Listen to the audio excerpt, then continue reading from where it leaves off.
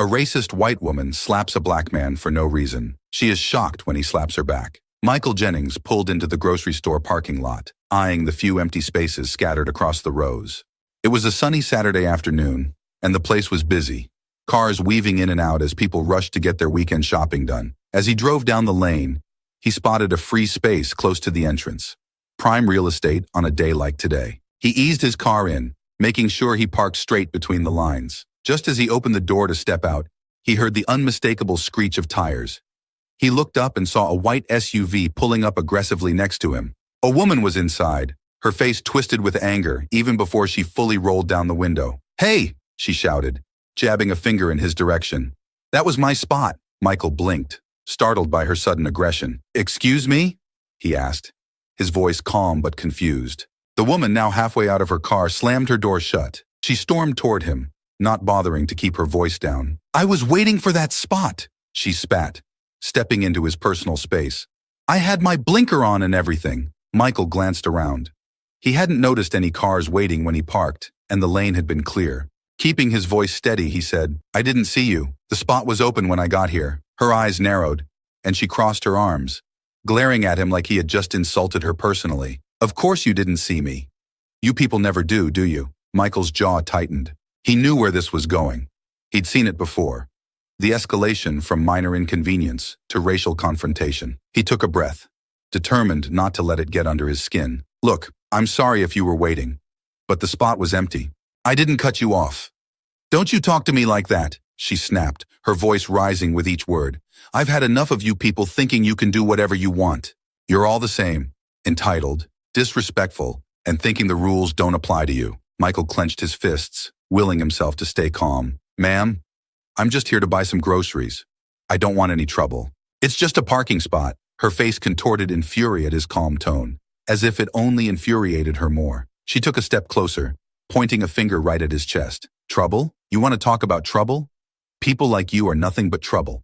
You come into nice neighborhoods like this and ruin everything. I bet you don't even live around here, do you?" Michael's temper flared, but he kept his voice even. "Where I live has nothing to do with this." "Of course it does," she shouted, practically trembling with rage. "This is what happens when they let people like you move into our communities. You think you can just take whatever you want. I've had it with your type." Her words stung, but Michael refused to give her the satisfaction of a reaction. He glanced around and saw a few onlookers nearby, subtly watching the altercation. He needed to end this before it got worse. "I'm not doing this with you," he said, turning to head toward the store. "You're upset about a parking spot, but this isn't worth it." Before he could take more than a few steps, she lunged forward and shoved him hard from behind. Michael stumbled, catching himself just before falling to the ground. His heart raced, and he spun around to face her. "What the hell is wrong with you?" he snapped, his patience wearing thin. "You don't get to put your hands on me." Karen, as he had already mentally dubbed her, stood her ground, her chest heaving with fury. "Oh, I'll do whatever I want. You think you can just walk away from me? I'm not done with you yet." Michael stepped back, trying to keep his composure.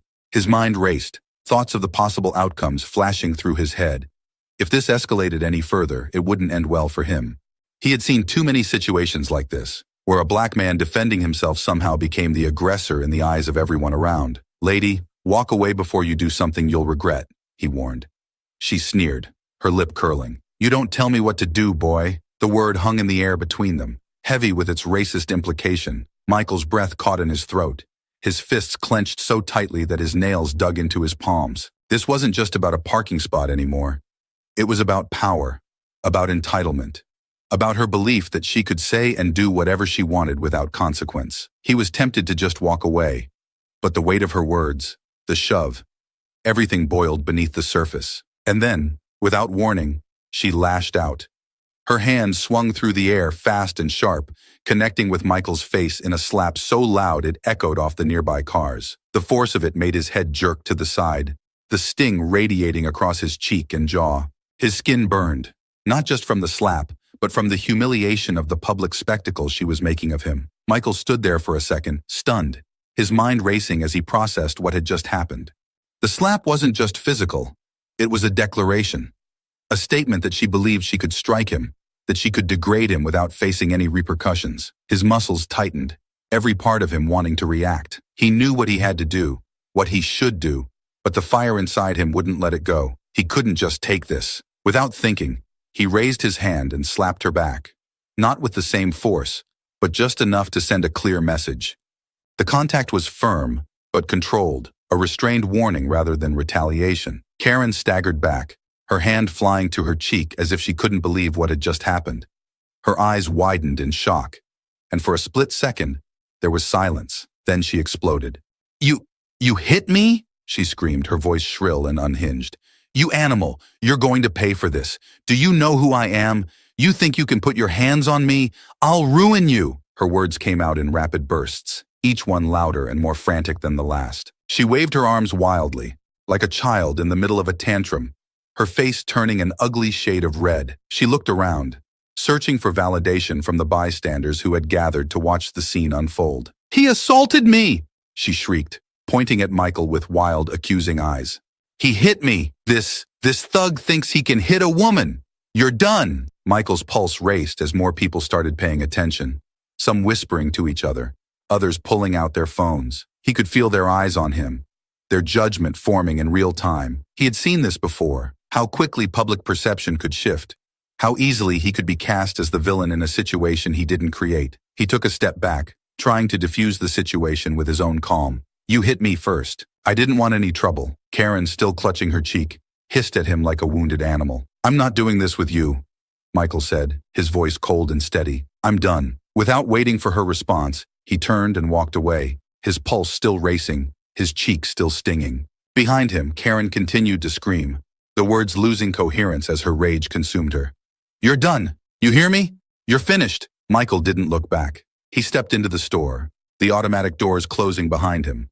But her voice echoed in his ears, loud and furious, as if it would never really leave. Inside the store, the atmosphere was a stark contrast to the chaos Michael had just left behind. The gentle hum of the air conditioning and the muted conversations of shoppers created a sense of normalcy that felt almost surreal after the confrontation in the parking lot. He gripped the handle of his shopping cart, his knuckles white, trying to steady the racing of his heart. As he moved down the aisles, his mind replayed every moment of the altercation, each word, each gesture, flashing through his head like a film on loop. He could still feel the sting on his cheek from Karen's slap, and more than that, the weight of her words pressed on him. Boy, the word lingered in his mind, laced with venom. No matter how many times he faced situations like this, the sheer ugliness of it always hit him hard. He should have walked away earlier. He knew that, but every time, it was the same. People like Karen felt they had the right to say and do whatever they wanted, believing they could get away with it because of who they were, and because of what he was. It was exhausting. This constant dance between letting things go and standing up for himself, knowing that in the end, it might not matter what he did. He could already imagine how people would view the situation. What would the police say if they came? Michael shook his head, trying to focus on the task at hand. He was here for groceries, nothing more. Bread, milk, eggs, just the essentials. But as he reached for a loaf of bread, his hand hesitated. His mind wasn't here. It was back in that parking lot, back in the heat of Karen's insults and her slap. The crowd outside had been watching, and he knew what they'd seen, a black man in an argument with a white woman. He had felt their eyes on him, the subtle shift in their expressions when she had screamed, accusing him of hitting her, even though she'd struck first. He'd barely touched her compared to the force she'd used on him, but that didn't matter. It never did. He placed the bread in his cart and moved on, trying to focus on the next item. But as he walked through the store, a different kind of anger settled in. It wasn't the fiery rage that had flared up during the argument. It was deeper, colder, and far more familiar. It was the same anger he had felt every time someone looked at him like he didn't belong. Every time he was judged not by his actions, but by his appearance. It wasn't just about the parking spot or the slap. It was about how she had treated him from the start, like he was beneath her, like he didn't have the right to exist in the same space. Her words had been a slap long before her hand had touched his face. Michael rounded the corner of another aisle, grabbing a carton of milk, and placed it into his cart with more force than necessary. He took a deep breath. This wasn't the first time he'd faced this kind of situation, and it wouldn't be the last. But today, for some reason, it felt heavier, like it had gotten under his skin in a way that he couldn't shake. He had tried to do the right thing, tried to walk away, but the shove, the slap, it was like she had crossed a line that he couldn't ignore. The feeling of hitting her back gnawed at him. Not out of guilt, but because he knew it would be turned against him. He hadn't hit her out of rage. It had been a reaction, a controlled response, yet she would twist it, scream louder, act like the victim because she knew how to play that role well. As Michael moved through the store, filling his cart with what he needed, he couldn't help but wonder how it would have played out if the roles had been reversed. If he had been the one to start the argument, if he had thrown the first slap, would anyone have believed him? Would the crowd have watched in the same way? He reached the checkout line, still lost in thought. The cashier greeted him with a polite smile. Oblivious to the storm raging inside him, Michael forced a nod, trying to focus on the present. He swiped his card, grabbed his bags, and headed back toward the door. But the moment he stepped outside, the knot in his stomach tightened. He didn't want to go back to his car. He dreaded what he might find. Whether Karen was still there, whether she had caused even more trouble. He couldn't shake the feeling that she wasn't done. She didn't seem like the type to walk away quietly. As he approached the parking lot, Michael spotted his car in the distance. His heart sank. From where he stood, he could see something was wrong. His footsteps quickened, and as he got closer, the damage became clearer. Long, deep scratches marred the side of his car, like someone had taken a key and dragged it across the paint, gouging out chunks of the glossy surface. He stopped in his tracks, staring at the damage. His fists clenched at his sides, a mix of disbelief and anger washing over him. Karen. It had to be her. This wasn't random. This was personal. Michael walked over to the side of his car, running his hand along the deep grooves in the paint. The scratches were fresh. She had done this while he was inside, probably laughing to herself the whole time, thinking she had won. He could almost hear her voice again, mocking, condescending, spitting out venomous words like she was untouchable. He felt the anger rising again, stronger this time. His chest tightened as he inspected the damage. The quiet internal reflection he'd been grappling with was gone. This wasn't just about words anymore. She had crossed into something tangible, something that would cost him, something that would take time to fix. He glanced around the parking lot, looking for her, half expecting to see her gloating from somewhere nearby, but she wasn't in sight. For a brief moment, he thought about calling the police, but he hesitated.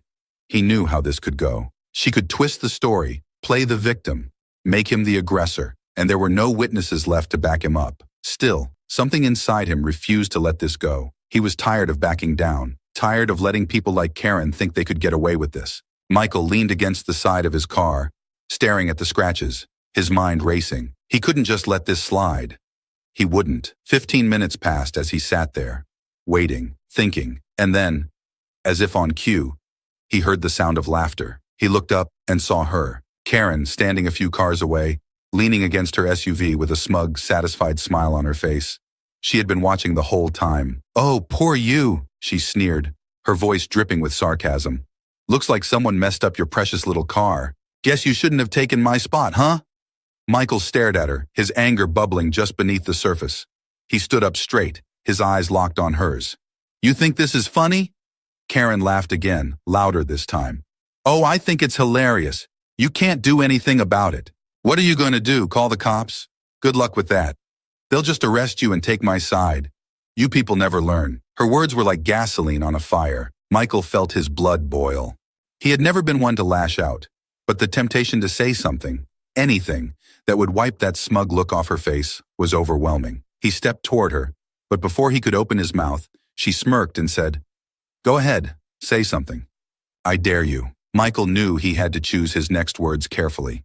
He knew exactly what to say to cut through her arrogance, to knock her off her pedestal. But even as the words formed in his mind, he wondered how much worse this would get if he gave her what she wanted. And then, she did something he hadn't expected. She climbed into her SUV, grinning at him through the open window.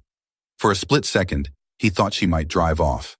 But then, without warning, she slammed the car into reverse and backed straight into his car, the crunch of metal against metal echoing through the parking lot. Michael's eyes widened in shock as the rear of her SUV smashed into his front bumper. Karen looked back at him, laughing before speeding off, leaving Michael standing in disbelief, the damage now undeniable. This wasn't just a slap in the face anymore. This was war. Michael reached for his phone, his hand shaking. It was time to call the police. Michael's hand trembled as he dialed the number, his breath shallow from the shock of what had just happened. The crunch of Karen's SUV smashing into his car still echoed in his mind. His chest tightened with frustration. The weight of her words, her actions, everything she represented, crushing him. He had been trying to hold his composure, trying to walk away, but she just wouldn't stop. The phone rang, and when the operator picked up, Michael kept his voice steady, though he could feel the anger simmering just below the surface. "I'd like to report an incident," he said, pausing to keep his voice even. "A woman just intentionally hit my car and drove off. I'm following her now." The operator asked for details, and Michael quickly described Karen's SUV, the make and model, and their location. His hands were still gripping the wheel, the tension from the confrontation running through his fingers as he trailed behind her vehicle at a distance. The last thing he wanted was to provoke her even further, but he wasn't about to let her get away with it. He kept his eyes trained on her SUV as they drove through the quiet suburban streets. His mind raced. What if she was right? What if the police didn't take his side? He had seen it happen before, but this time, it felt different. There was too much on the line. She had escalated things beyond words, beyond petty insults. This was about more than just his pride now. This was about justice. A few minutes passed, and then up ahead, Michael saw the flashing lights of a police car. His heart pounded as he watched Karen's SUV slow down. The police had intercepted her at a red light. He exhaled in relief, knowing he wasn't alone in this anymore. Karen's SUV pulled over to the side of the road, and Michael parked a short distance behind her, staying in his car for a moment to gather himself. His hands were still shaking from the adrenaline, but there was no turning back now. He had called the police, and they were here. As the officers stepped out of their car, Michael watched Karen in her driver's seat. At first, she didn't move, but then she started waving her arms around, shouting something at the officers. From the way she moved, it was clear she was agitated. Her voice, though muffled by the distance, was still unmistakable. She was already trying to paint herself as the victim. Michael took a deep breath and stepped out of his car, walking slowly toward the scene. The officers were already at her window talking to her, and he could see Karen pointing wildly in his direction, her face flushed with anger. "He hit me!" she screamed, loud enough for him to hear as he approached. "He attacked me, and now he's following me. Arrest him! I'm the one being harassed here." Michael's stomach churned. Here it was. She was doing exactly what he feared, twisting the story, making herself the victim. But this time, there were witnesses, and this time, he wasn't going to back down. One of the officers, Officer Reynolds, turned to look at Michael as he approached. His expression was calm, unreadable, and Michael could only hope that they would listen to the truth.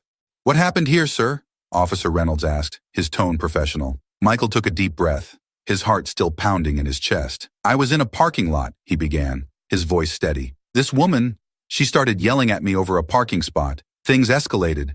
She shoved me, slapped me, and then scratched up my car while I was in the store. I tried to walk away, but she wouldn't stop. Then, just now, she hit my car on purpose and drove off." Karen cut him off, her voice shrill and frantic. "Lies.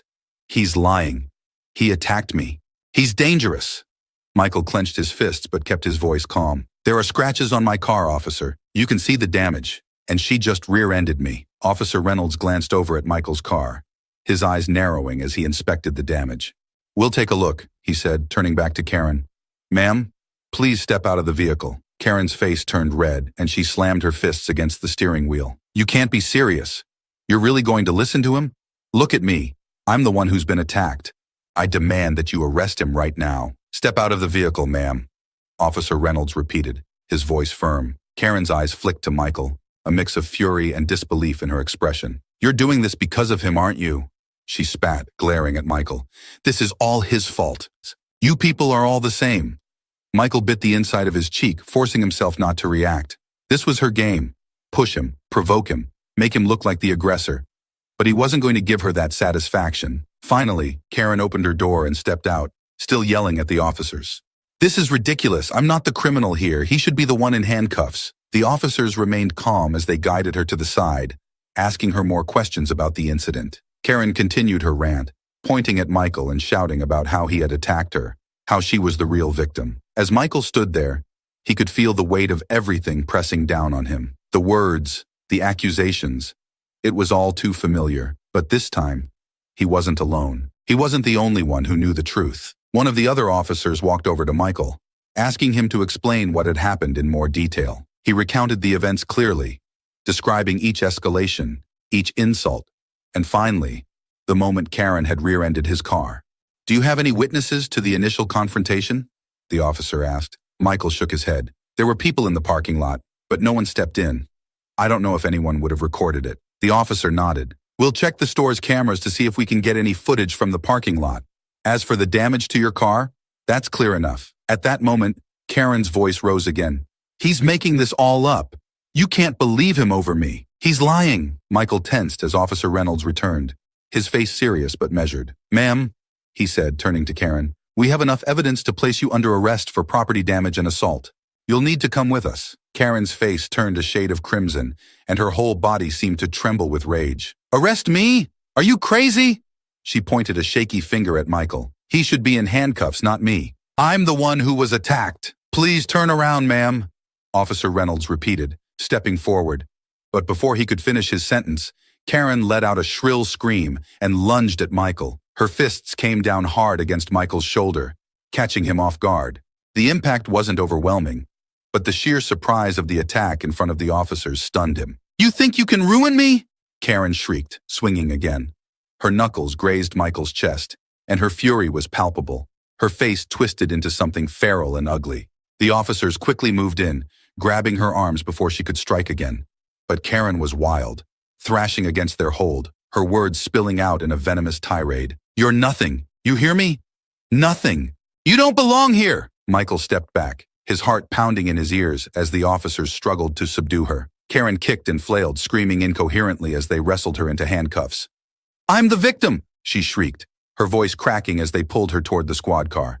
You're all going to regret this. I'll have your jobs. You can't do this to me. Officer Reynolds tightened his grip on her arms, his voice calm but firm. Ma'am, you're under arrest for assault and property damage. We're done here. Karen continued to scream, her voice hoarse and ragged as they pushed her into the back of the squad car. Her eyes locked on Michael one last time, filled with pure hatred. You haven't won, she yelled through the window, her voice muffled but still vicious. You'll see. I'll ruin you. You hear me? The door slammed shut, cutting off her final words, and the police car pulled away, leaving Michael standing there, breathless and shaken. Officer Reynolds walked back toward Michael, his expression softening. Are you all right, sir? Michael nodded, still processing what had just happened. His shoulder throbbed where Karen had hit him, but it wasn't the physical pain that weighed on him. It was the sheer absurdity of the situation, the way Karen had been so blind in her rage that she had attacked him in front of the police. I'm fine, he said, though his voice was strained. Thank you.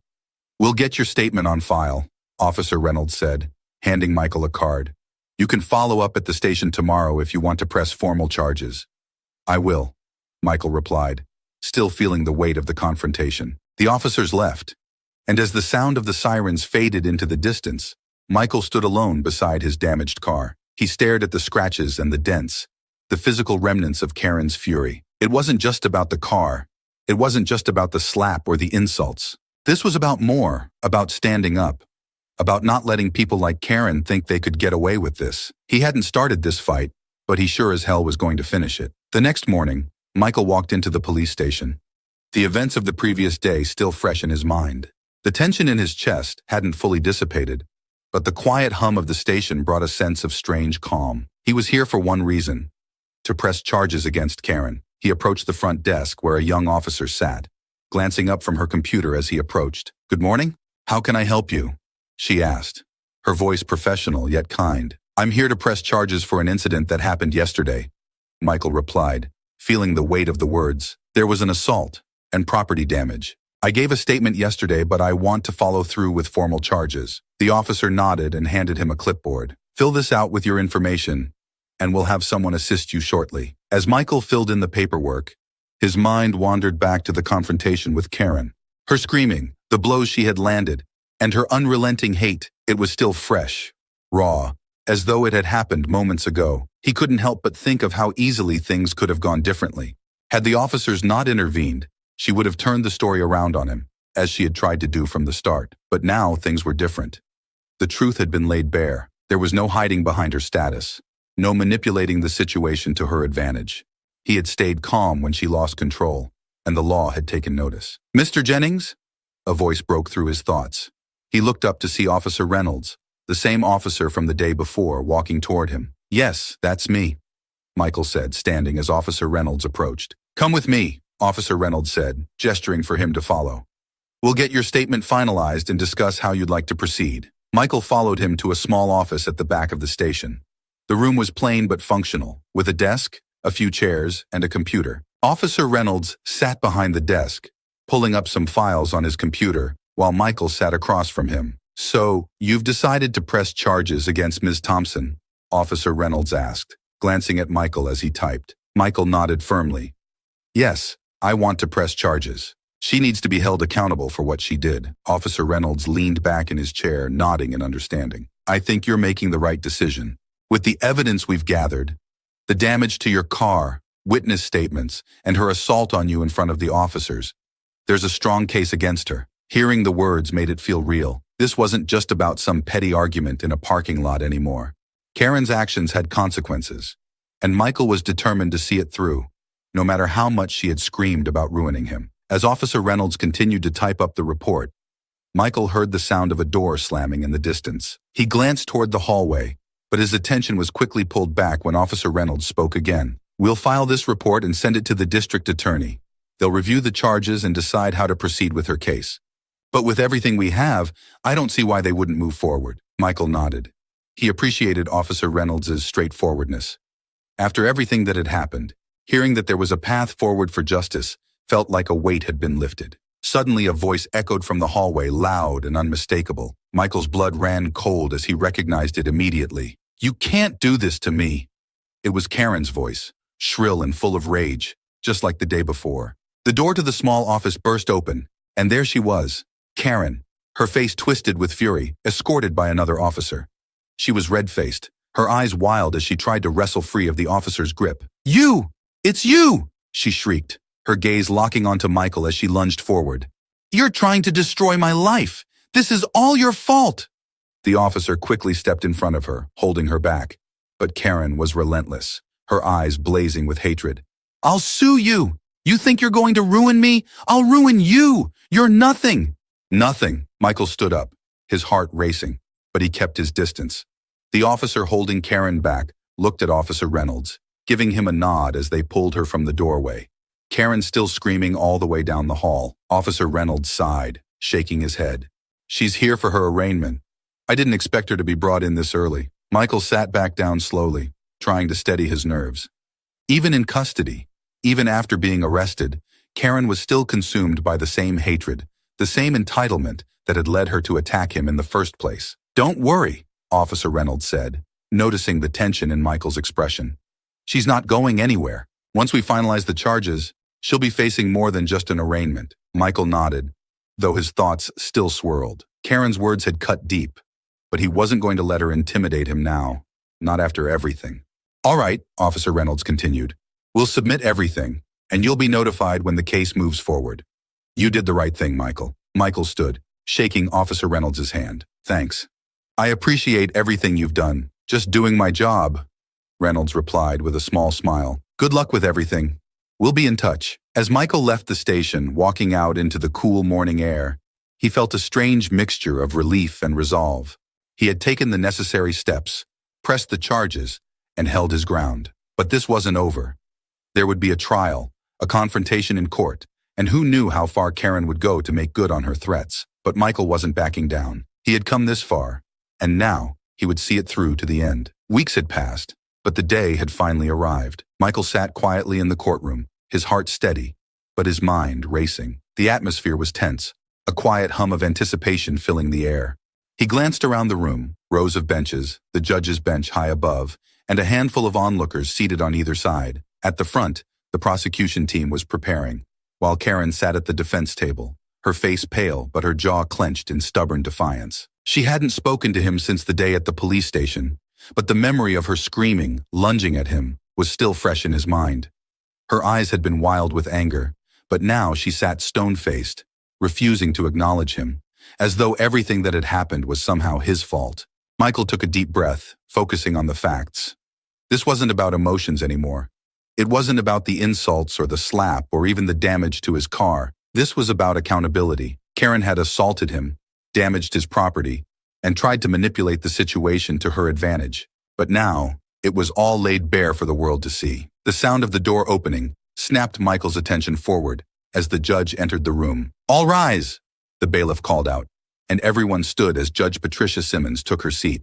She was a woman of stern demeanor, with an air of authority that filled the room. Michael had read about her, known for her fairness, no-nonsense approach, and intolerance for excuses. "Be seated," Judge Simmons said, and the room fell into a hushed silence as everyone took their seats. The trial began with opening statements. The prosecution laid out the charges against Karen: assault, property damage, and disorderly conduct. Michael listened carefully as the prosecutor, a sharp young woman named Ms. Hayes, detailed Karen's actions. Each word was precise, professional, cutting through the emotional weight of the situation and laying down the facts. "Mr. Jennings was simply trying to go about his day," Ms. Hayes said, addressing the jury.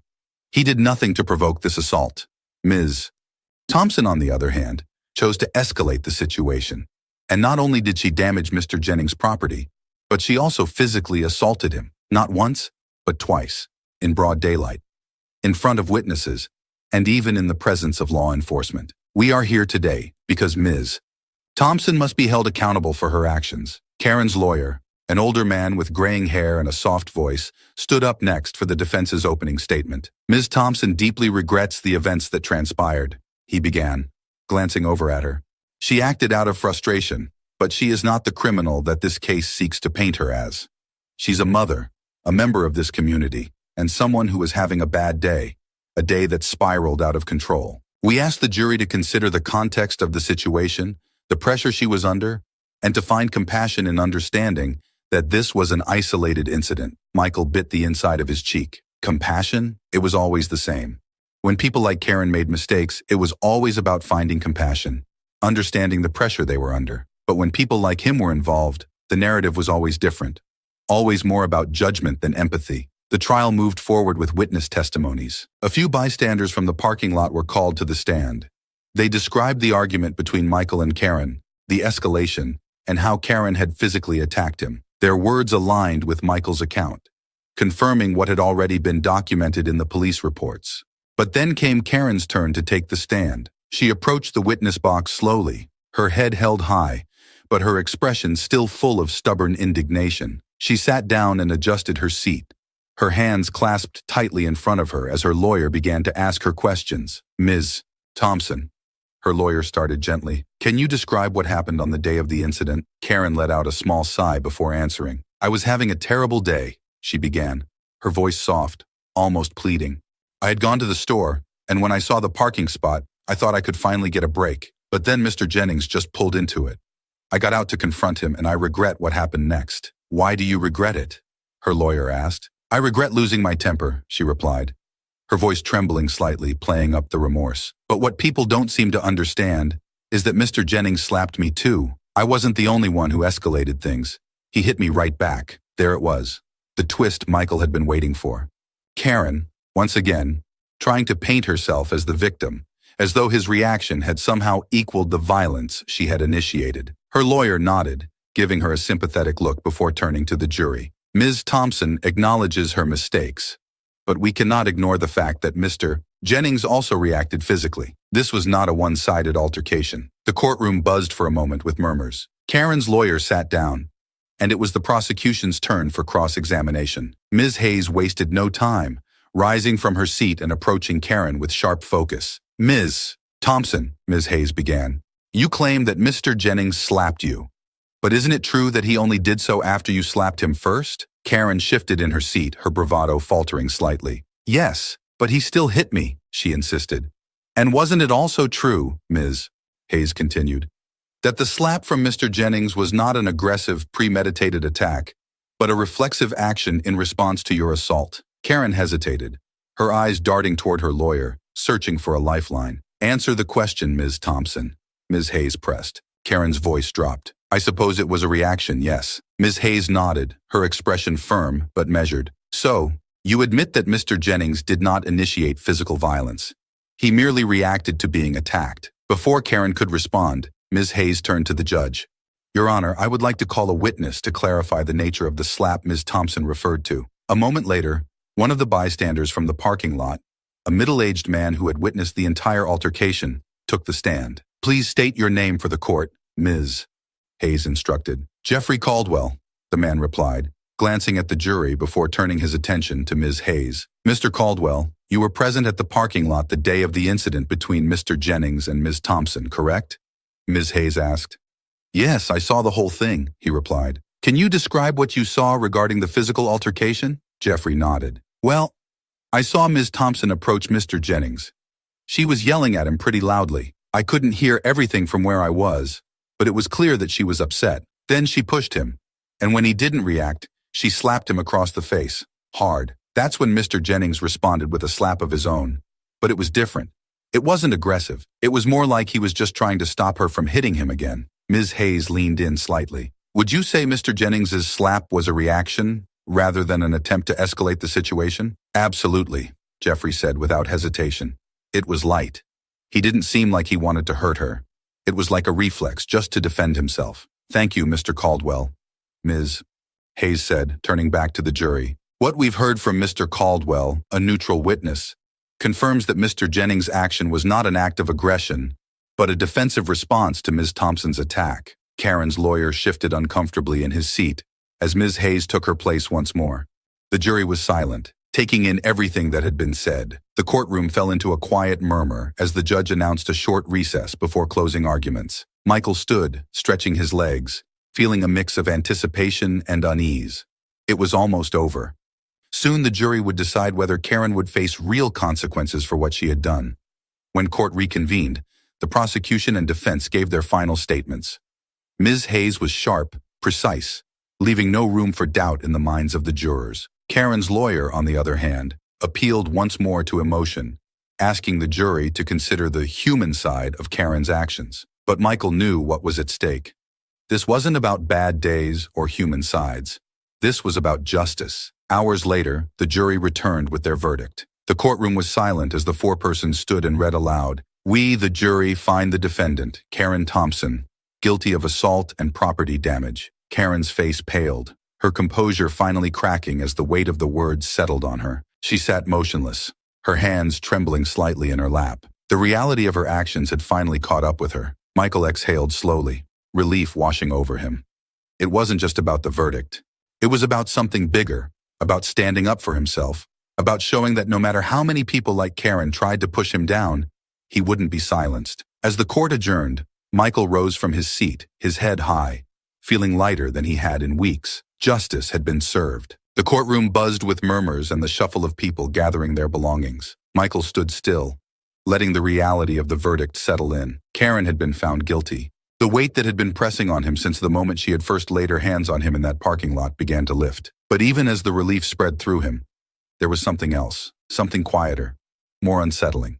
Justice had been served, yes, but the whole situation left a bitter taste in his mouth. It wasn't just about winning the case. It was about what Karen represented, her hatred, her entitlement, her belief that she could treat him like less than a person simply because he was black. That wasn't something a courtroom verdict could fix, and that thought stung deeper than the slap she had given him in the parking lot. As Michael stepped out of the courthouse, he felt the cool breeze hit his face. He paused on the courthouse steps, letting the fresh air fill his lungs, but it did little to ease the weight in his chest. The verdict had brought closure to the legal side of things, but emotionally, he was far from at peace. Why did people like Karen even exist? He couldn't shake the anger that simmered beneath the surface. This entire ordeal, being yelled at, slapped, mocked, and attacked, it had all stemmed from Karen's deeply ingrained racism. She saw him not as another person, but as someone she could degrade and abuse because of his skin color. And that kind of hatred wasn't rare. It was everywhere, in the everyday interactions that were often too subtle to point out, but cut just as deeply. He hated that people like Karen walked through life so easily, spewing their venom without a second thought. The way she had acted during the trial, trying to paint herself as a victim while barely acknowledging the damage she had caused, sickened him. But more than that, it reminded him of just how prevalent this kind of racism still was. He had grown up hearing about these stories, hearing his parents, his uncles, his friends talk about moments when they'd been treated as less than. He had experienced it himself before, the subtle digs, the occasional slurs. But this was something different. Karen had physically attacked him, and she had done it with such confidence, as if she expected to get away with it. Michael clenched his fists at the memory, still feeling the sting of her slap, not just on his face, but on his dignity. He had tried to walk away, tried to diffuse the situation, and she had only escalated it further. It was people like Karen who made it so exhausting to simply exist as a black man in America.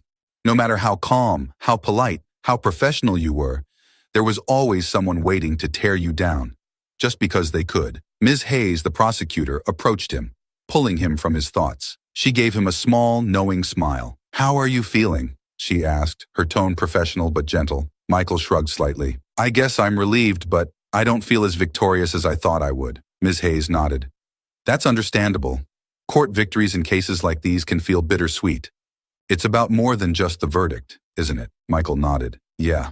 It's just, people like her, they don't go away. Even after all this, Karen probably still believes she did nothing wrong.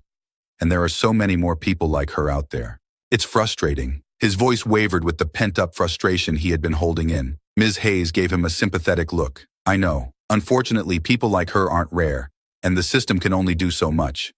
But what you did today matters. Standing up for yourself matters." "I know," Michael muttered. Though the weight of it didn't feel like a victory, it felt like an ongoing battle he hadn't asked for. "I just hate that it's still happening. That people like me have to keep fighting for something as basic as respect. I'm tired of it." Ms. Hayes nodded again, her expression softening. "You're right to be tired, Michael. It's exhausting. But every time someone like you stands up and pushes back, it makes a difference, even if it doesn't feel like it right away." Michael managed a small, tired smile. "Thanks for everything you did in there. I appreciate it." "You're welcome," she replied. "Take care of yourself, okay? And if you ever need anything, don't hesitate to reach out." With that, she gave him a polite nod and walked away, leaving Michael standing alone on the courthouse steps. He took a deep breath and began walking toward his car, the very same car that had been at the center of the storm in that parking lot. The damage had been repaired, but every time he saw the car, he couldn't help but think about that day. The scratches, the dents, they had been physical representations of the ugliness of Karen's actions. Even though the car looked new again, the memory lingered. As he slid into the driver's seat, he sat there for a moment in silence. His reflection in the rearview mirror caught his attention, and he looked at himself, really looked at himself. The man staring back at him was weary, tired of having to fight just to be treated like a human being, tired of being seen as a threat or a target simply because of the color of his skin. It wasn't just Karen. She was part of a bigger problem. Racism wasn't some rare, isolated event. It was woven into everyday life. It showed up in small moments, like the way people hesitated before sitting next to him on the train, or how cashiers seemed extra suspicious when he paid with cash. And then it showed up in blatant, violent ways, like Karen slapping him in a parking lot and expecting to get away with it. Michael's fists clenched the steering wheel, his knuckles white. It wasn't fair. None of it was fair. And yet, this was the world he had to navigate every day. People like Karen weren't going anywhere, and the weight of that truth pressed down on him like a heavy stone. He hated that this was his reality. He hated that his skin color made him a target for people like Karen. And more than anything, he hated that he had to keep explaining why it was wrong, over and over again. Starting the car, he let out a long breath and pulled out of the parking lot. The city streets passed by in a blur as his mind churned through his frustration. The trial was over, but the real fight, the fight against the ingrained racism that people like Karen carried with them, would never really end. As he drove, he couldn't help but feel a pang of sadness. He had won today, but it didn't feel like a victory. It felt like he had simply survived another encounter in a long series of battles. And he knew that there would be more. People like Karen didn't disappear after a guilty verdict. They kept coming, over and over again. Michael pulled into his driveway, his body and mind weary from the weight of it all. As he turned off the engine and sat in the quiet, he thought about what Ms. Hayes had said, that standing up for himself mattered. Maybe it did. Maybe it was the only way to keep pushing back against the tide of people who thought like Karen. But at that moment, all Michael wanted was peace. To not have to fight. To not have to justify his existence. To just be. As he stepped out of the car and walked toward his front door, he tried to focus on the small sense of relief that came with knowing Karen had been held accountable. But the bitterness lingered, and he knew it would take a long time before the anger at the world he lived in would truly fade. For now, though, he had done what he could, and that would have to be enough.